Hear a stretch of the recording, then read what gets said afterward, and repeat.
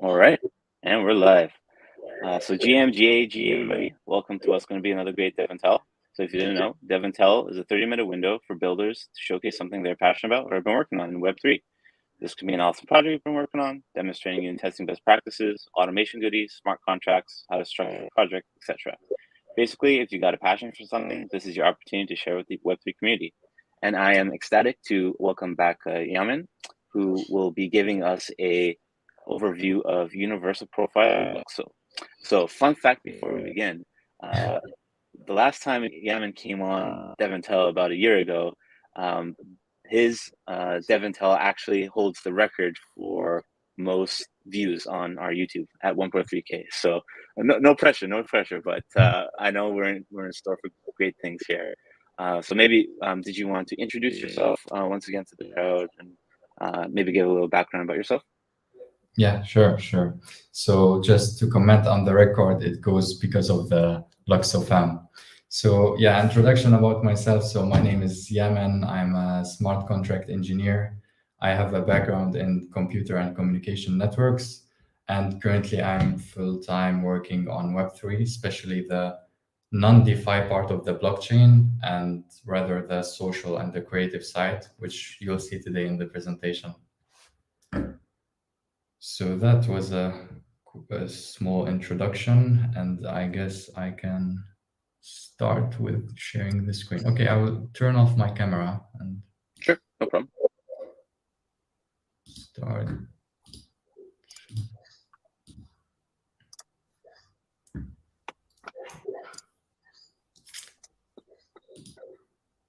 Okay, can you see my screen? Yes, yep, good to go. Okay, cool. Yeah, so let's start. So hello everyone, thanks for joining.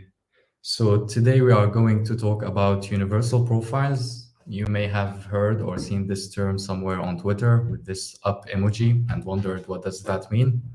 So if it's the case, then luckily today we're going to explain what is a universal profile, why we need it, what makes it different than the other blockchain accounts, and the role that it will play to power the new creative economy.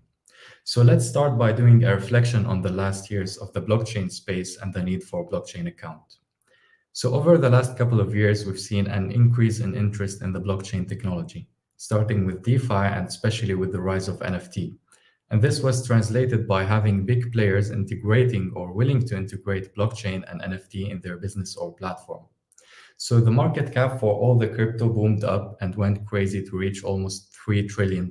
Obviously now it's affected because it's a bear market, but this shows really that lots of people are interested and can see potential in this technology.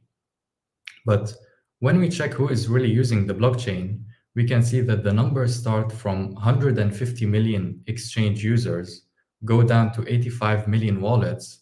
Out of these 85 million, there is 21 million MetaMask users. And then out of these 21 million, you have 2 million blockchain users who use the blockchain on almost daily or weekly basis. But going further deep into the research, we see that bots has contributed to almost 75% of the transactions, which means that even the number 2 million is not representing the real number of active users, which is less than 1 million, which is a really low number. So we can see here a real overview of the blockchain users. So we have 99% hodlers, traders, and bots, and less than 1% are active users. So that shows that crypto, or let's say blockchain, is an area of interest for many million people, but sadly, few of them are active. And this is not a secret or like something to hide. Most of the people involved in the Web3 space know that this is the case. So it's worth asking ourselves the question, what is making blockchain less used by most of the people? And when we are searching for the answer, an obvious reason comes to our mind, which is the financial aspect. So blockchain now is mostly focused on the financial aspect, which makes the high number of bots really justifiable because people don't want to know about identity or security. They just want to make money, and the less layers they have, the more money they can generate. Plus, there is not much of the apps that focus on the social or creative side. Most of them are related to either staking or lending or trading. So this was the first reason. And the second reason why people are not using the blockchain, and it's the most important reason, it's the user experience. Currently, it's like a nightmare to interact with the blockchain. First, you need to download a wallet. You will be provided with a key, which resolves to your address. And then you need to write these 12 words somewhere and store it safe, because without it, you cannot re-access your address. And then it will get more complicated, because in order to interact on the blockchain, you need to pay for the gas fees, which are fees required by the network to validate the action you're doing. And in order to get that coin that pay for the gas fees, you need to go to an exchange, sign up, complete a KYC, fund the account created with some money, buy this specific coin, and then withdraw it to your wallet that you initially created. So this is already showing how hard it is to onboard people to Web3. And even if they manage to get onboarded, the security we currently have, it's not ideal, and we have only few possibilities. Like, you have an address that hold your assets, but if the private key represented by these 12 words is leaked, all of your assets are gone. And in case you lost access to these 12 words, then you lost access to your address, which means losing access to your tokens and asset, because obviously with a key, there is no social recovery thing or a password recovery, because it's just a key. Basically, on the blockchain, you are just bunch of numbers that represent an address that you cannot attach information to it. Like, you cannot just say, okay, look, this is me, I have an image here, or like, these are the NFT that I created. Like, there's nothing showing that these bunch of number are representing you. So of course, you have the option to rely on a centralized service to create a profile and to show your NFT, but you may end up getting banned for no reason at all, or just because you are from a specific country. So this is not the real decentralization we want. We want a decentralization where I have my decentralized profile showing my face if I want, and my on-chain reputation that I gained over the years, and have the NFT that I created as a creator or I bought. And then this profile should be independent from the website that show it. So if a website wants to ban people just because they are from a specific country, which happened, by the way, or because they have some political opinion, or just the company operating the website doesn't like these people, they can just go to another website that render and show their profile with the NFT. So everything that I mentioned, either the security or the few possibility or the bad blockchain experience, all of this is representing a big challenge for adopting the blockchain technology on all of its aspects. Because if you're a brand, you're facing many challenges, not just on your operation side, but also on the client side. And we see that at some point, many famous brands or influencers launched an NFT, and it was not ideal or successful because of the bad experience they had. Like, people got hacked, they got phished, and it was really hard for non-technical people to buy it. The process was really hard.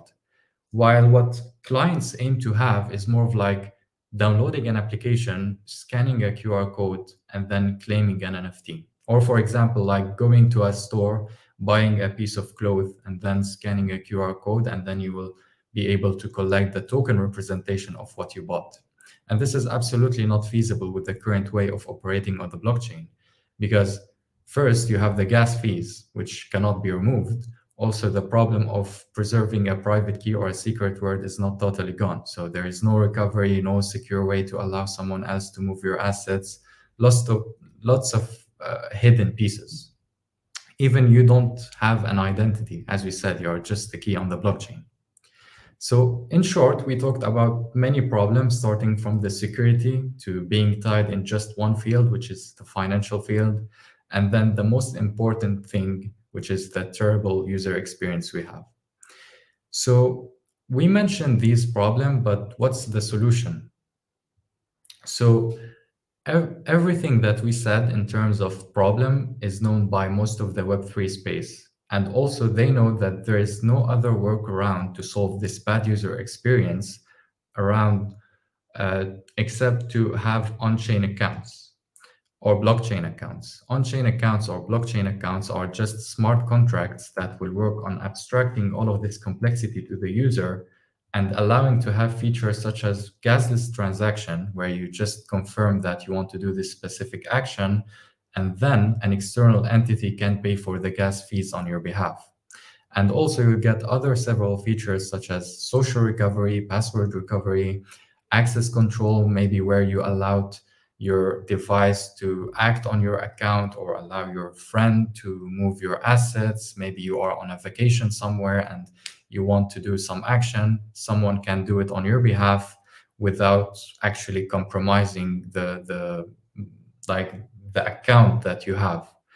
So literally anything is possible because these feature, we can build them over time. So like storing personal data, multi-sig, any access control, we can create over time. So as a user in Web3, or as users in general, we are beginning the process of searching in the space, which is the better account to use. Like obviously there's a lot of people developing different type of account, and we need to go over them and choose what account is the best. So let's say we have several accounts, account A and account B and account C.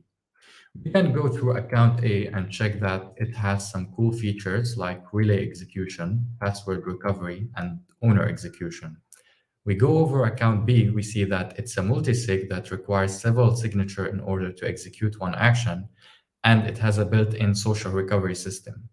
We go to account C and we see that it has a social and password recovery, but it doesn't have any relay execution, just a normal execution, and it has the ability to store data.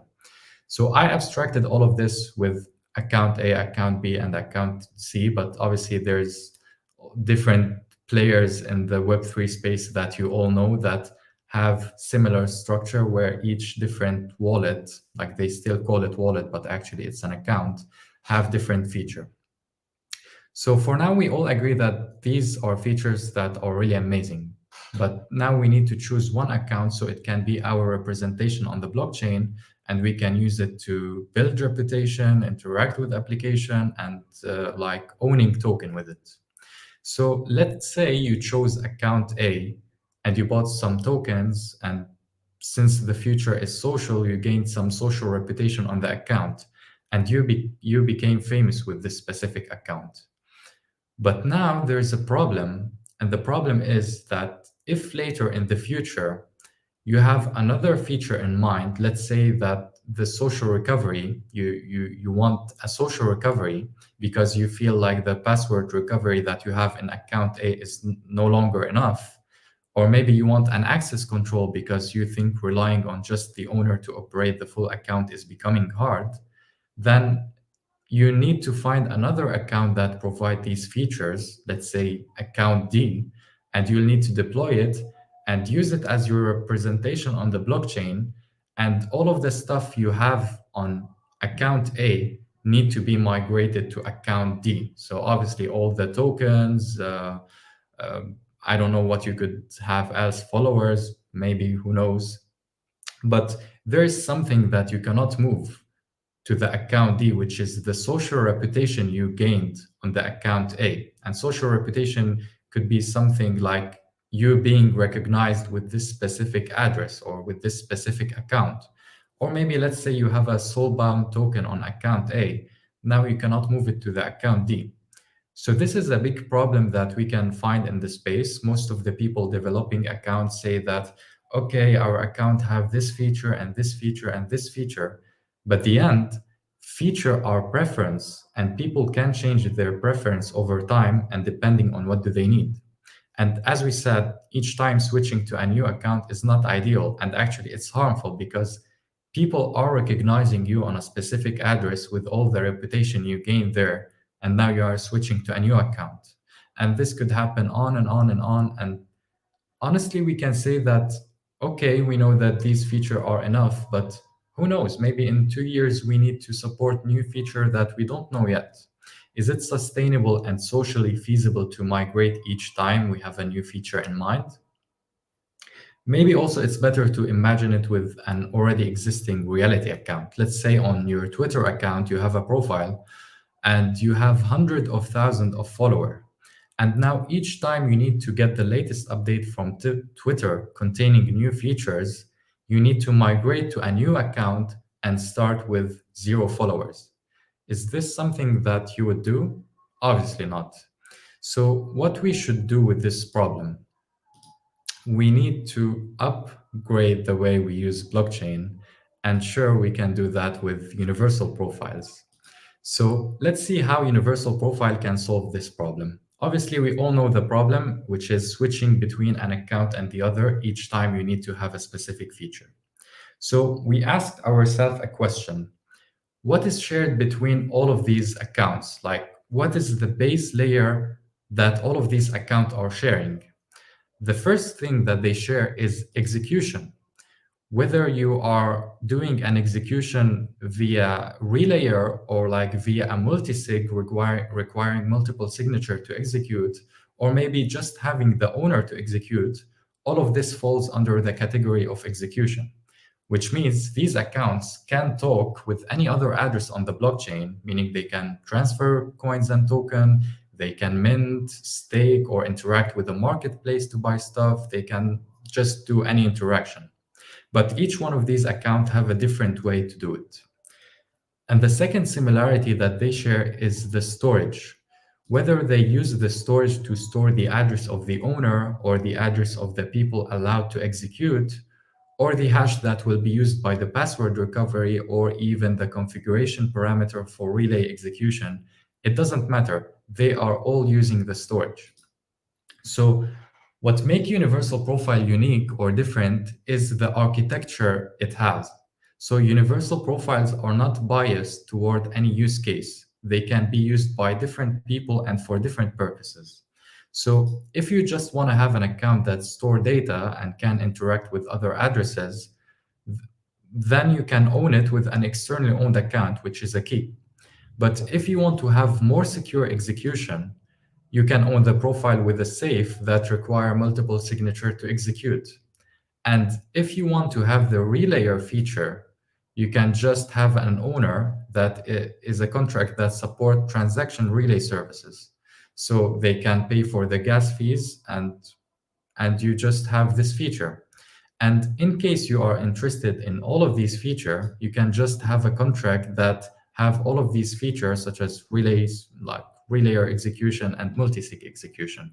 So it's flexible and can work for different purposes. And also UP doesn't need to be a person. It can be representing a DAO. And then you put a voting contract as owner and people then execute based on the votes and proposals. Same with brands. You can have the UP representing a brand and have an owner, which is like an access control. Okay, what did I do wrong?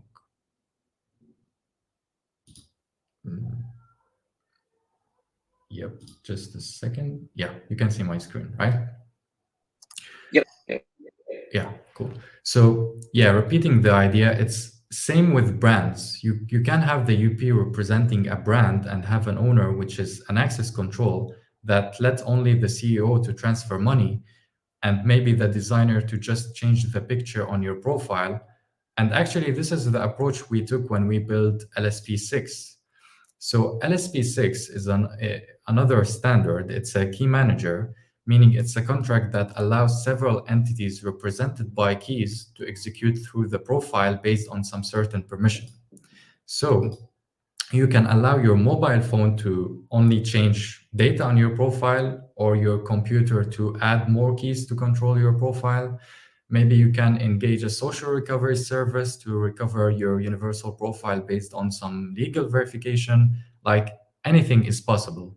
Plus, the LSP6 key manager allow relay execution, meaning if you are an allowed controller on the UP, you can sign a message and let the other entities pay for the transaction fee. But at the end, this is not very relevant, as people will go and choose their own owner that have different feature. So you can have an owner that execute based on a password or a hash given, or change it to a multisig batching relay calls. It doesn't matter. The choice is absolutely yours. So what makes Universal Profile different is not the feature A or feature B or feature C. It's more of like the flexible architecture that allow you to have several features across time without the need to redeploy the account and migrating every token you have and losing your social reputation. So to support all of these technology, we build a browser extension. You can say it's more of like MetaMask 2.0, or even better if you want. And you can visit docs.luxo.tech to download the browser extension. You can just press the download browser extension button, and it will take you through a guide to download it. And we are in the process of even simplifying the extension to make it feel like more user-friendly and less technical, so non-technical people can use it. So you can see screenshot how you can log in, how to manage permission, how to send tokens or log into different websites. So yeah, lots of cool stuff. And this is possible only because of the process of standardization, and especially with the Lukso standard proposal. Like, you have already seen the LSP0 and the LSP6, but actually the universal profiles can have full potential if they are used with the different LSPs that we proposed. So till now, we have almost like 20 proposals, and all of them contribute to what we call the new creative economy, where the focus is not on the financial side, but rather the creative and the social side, where we are fixing the bad user experience and making any entity like brands or DAO or even users really able to do more stuff and reach their users without even having to go like lots of complexity. So with Universal Profile, it can be as simple as having an app for each brand or like each DAO, and you sign in with your UP, and these brands can create like a vault for you containing the assets that you will buy over time. And even if you like remove this application or interact with another application, the assets will be there because you are not relying on the application. It's more of like your profile is owning these assets, and the application just render and show what assets you have. So I don't have much time to talk about all the feature we have, but obviously the UP have like more non-biased feature that solve many problems we currently have in the space, such as being notified of tokens or followers or anything and being able to react on them. So currently, if I send you now like a token or an asset, you will not know, or you need to rely on a centralized service like Etherscan to know whether you have received this asset or not, because at the end, your address on the blockchain is just the key that cannot have custom logic to run. But if you have a universal profile, you can configure your universal profile to like each time you receive a token, you can like run a custom logic. Like, let's say I send you a token.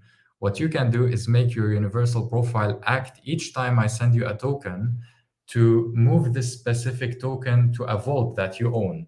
Or maybe when you receive a specific token, it will interact with a staking contract. Like literally, and this is like the choice is yours, and it's not just under the category of tokens. It can be anything. I can notify you about followers, about maybe royalties, and you can decide how to react on it.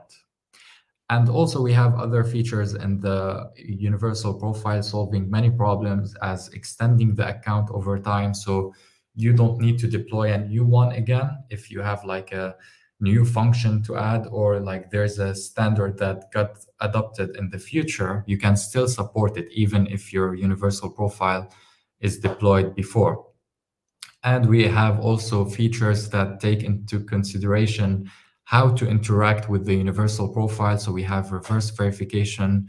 So this is making interacting with the UP simpler for application, but without sacrificing the security. So universal profiles are the main building blocks that will contribute to the mass adoption of the blockchain, but it's not everything. In Luxo, we are trying to start with these UPs as the first step, but there's a lot of things to work on, such as enhancing the enhancing the authenticity of the NFTs and make them go beyond just being a token ID linked to a JSON somewhere, which we already started to do with LSP7 and LSP8.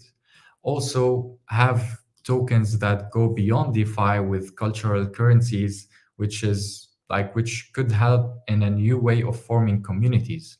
And any idea that we are not even thinking of right now, like social graph, social reputation, chatting system, anything. So soon Luxo will be launching the mainnet. It will be an ETH 2.0 like chain. You can participate by being a Genesis validator. And for the rest of the people, if you don't want to participate in becoming a Genesis validator, you should also check Luxo between time and time, because we will be offering free deployment of Universal Profile, because we are planning to subsidize early users. And more information on the roadmap and the timeline can be found on the Medium page of Fluxo. So finally, we ask you to take the pink pill and join us in the journey of making blockchain reach mass adoption, hopefully through the new creative economy. Thank you everyone for listening. Oh, that was awesome, man. Yes. So crowd, we have about 4-ish, 5-ish minutes left. So if you have any questions, please post them in the chat. In the meantime, I did have some questions around the automation, basically the automation bit that you mentioned. So is it possible? So you mentioned a lot of like Web3 automation, but can you also trigger like some sort of Web2 style automation in that? Suppose like you send me tokens, can that like trigger me to post something on like a social platform or send an email? Is that possible or in your plans? Yeah, sure. So like if we think about it, like the Web3 technology is not separated on the Web2 technology, because on the back end of the websites, if we want to go more technical, you are receiving an event of the receive of the token. So technically you can listen to this event, and based on what you received in this event, you can do whatever you want. You can make an automated email, you can maybe talk with a service that provides several stuff, but technically it's possible because we are emitting an event. This is first. And second, if you want to react on the Web3 side, there is a contract that you can link, which you can like put any logic you want into this contract and make it run on each notification call. So like you can be notified about tokens, we set tokens, we set followers, like anything in mind. Like you can just notify and react in a different way, Web3 or Web2, doesn't matter. Cool. And can you drive that automation through the Chrome extension you mentioned? So if somebody who's like non-technical wants to set up like different flows, can I do that through the extension through some like drag and drop thing, or have you guys thought about that? Yeah, I don't think it's possible through the extension, because like also the extension shouldn't be something that you use for everything. It's more of like maybe managing stuff. But you can like have a dashboard or like a website where you connect your universal profile to, and then you can just plug these pieces together, and then you will have your custom logic. Gotcha. And is there plans to make it cross-chain compatible? I know Lukso is an EVM-based chain. Would these universal profiles be able to be ported over to any non-EVM? Yeah, so this is a good question. So technically, what we are building are standards, which means that we are writing the implementation of these standards in Solidity, which is the EVM compatible language. But anyone can take these standards and write the implementation for them in any language. So you mean like you can deploy them on layer 2, like you can deploy them on Solana. I'm not sure if you want to do that, but you can do. It's just standard. And also, like, you can deploy them on EVM chains, and you can have the same address of the same, like the universal profile can be replicated on the same address. So you have like some sort of multi-chain identity. And using bridges, I guess you can make them talk to each other. Excellent. Love it. Yeah, unfortunately, this brings us to time. But I just want to thank you so much, Yamen, again for coming on and giving us this great overview. And I want to drop the POAP link for the crowd. I'll also drop the same link in the DevNTell channel in the Discord. But before we head off, I also want to mention a brief note from our operators at the DD side. So did you know that Developer DAO's fundraising operators, Chuck and Wickest, are here to help you fundraise for your projects? So in their fundraising on Discord, you can find support in writing grant applications, learning about fundraising, budgeting, pitching, and they can even introduce you to grant leads from different protocols if you want to take your project to the next step. So be sure to drop by their office hours twice a week or schedule one-on-one because they're here to help. And with that, I will wish everybody a very happy Friday, happy weekend, and we will see you back here next week. All right, all. Thank you, Norb. My pleasure. Thank you for coming on.